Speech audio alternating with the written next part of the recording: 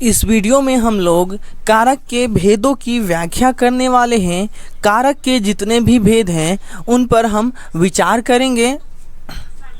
आइए हम सभी कारकों पर विचार करते हैं। तो हम सबसे पहले कर्ता कारक पर विचार करेंगे। इसे परिभाषा के माध्यम से समझेंगे और उदाहरण द्वारा पूरी तरह से स्पष्ट करेंगे। कर्ता कारक की परिभाषा को जानने से पहले हम इसकी विभक्ति को जानते हैं। कर्ता कारक की विभक्ति है ने शून्य। इसकी परिभाषा है काम करने वाले को कर्ता कारक कहते हैं।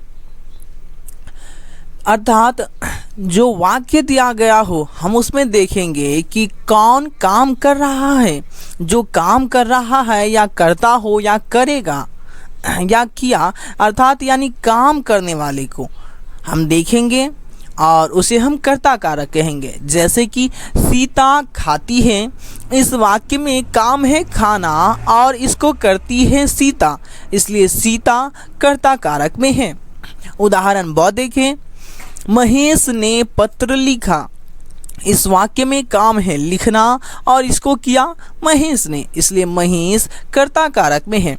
उदाहरण 100, सोहन मैदान में दौड़ेगा। इस वाक्य में काम है दौड़ना और इसको करेगा सोहन, इसलिए सोहन कर्ता कारक में है। चलिए हम इसे पहचानने का नियम जानते हैं। तो इसका नियम है कौन लगाकर प्रश्न करने से जो उत्तर निकलता है उसे कर्ता कारक कहा जाता है।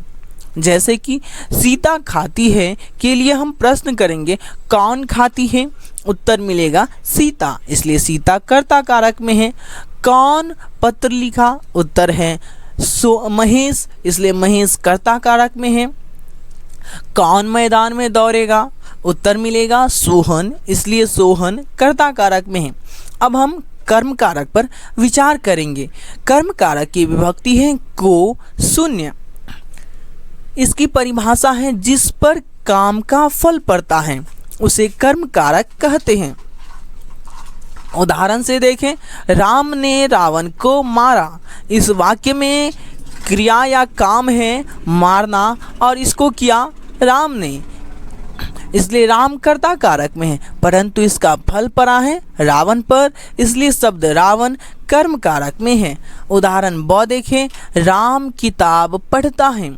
इस वाक्य में काम है पढ़ना और इसको किया इसको करता है राम, इसलिए राम कर्ता कारक में है, परंतु इसका फल पड़ता है किताब पर, इसलिए शब्द किताब कर्म कारक में है। कर्ता कारक और कर्म कारक की विभक्ति के साथ शून्य का प्रयोग हुआ है। इसके बारे में हम कारक पार्ट 1 अर्थात पिछले वीडियो में इस पर हम अच्छी तरह से विचार कर चुके हैं, इसे समझ चुके हैं। आइए हम आगे जानते हैं। आगे हमारा जो टॉपिक है सब टॉपिक वह है करण कारक। करण कारक की विभक्ति है से और इसकी परिभाषा जाने हम। कर्ता जिस साधन से काम करता है उसे करण कारक कहते हैं। तो इसके लिए हम उदाहरण लेते हैं, राम चाकू से अमरूद काटता है। इस वाक्य में काम है काटना और इसको करता है राम, इसलिए शब्द राम कर्ता कारक में है और राम अमरूद काटता है, उसके लिए साधन है चाकू, इसलिए शब्द चाकू करण कारक में है। उदाहरण ब देखिए, मोहन कलम से लिखता है।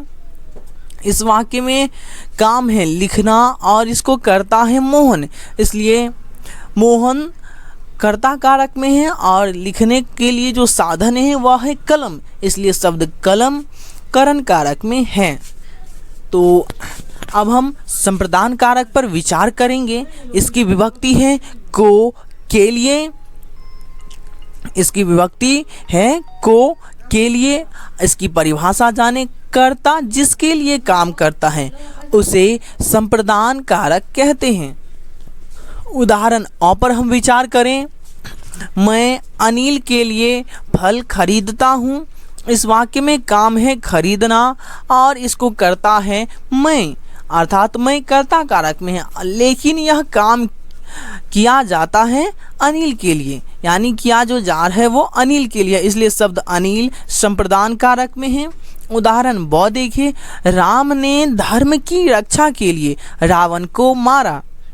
इस वाक्य में काम है मारना और इसको किया राम, इसलिए शब्द राम कर्ता कारक में है, परंतु यह काम किया गया रक्षा के लिए, अर्थात शब्द रक्षा संप्रदान कारक में है। अब हम विचार करेंगे अपादान कारक पर। अपादान कारक की विभक्ति है से, और इसकी परिभाषा जाने, जिससे किसी वस्तु की जुदाई या अलगाव समझा जाए उसे अपादान कारक कहते हैं। उदाहरण देखें हम, गंगा हिमालय से निकलती है। इस वाक्य में गंगा हिमालय से अलग हो रही है, अलग होती है, अर्थात शब्द हिमालय अपादान कारक में है। उदाहरण ब पर विचार करें, वृक्ष से पत्ते गिरते हैं। इस वाक्य में पत्ते वृक्ष से अलग हो रहे हैं, अर्थात शब्द वृक्ष अपादान कारक में है। हम इससे पिछले वीडियो में ही विचार कर चुके हैं कि जहाँ विभक्ति हो उससे पीछे का शब्द विभक्ति के अनुसार अभिष्ट कारक में होना समझा जाता है। तो आप इसके विस्तृत जानकारी के लिए कारक पार्ट 1 अवश्य देखें, और हम अब करण कारक और अपादान कारक में अंतर के लिए आप कारक पार्ट 3 को देखना न भूलें।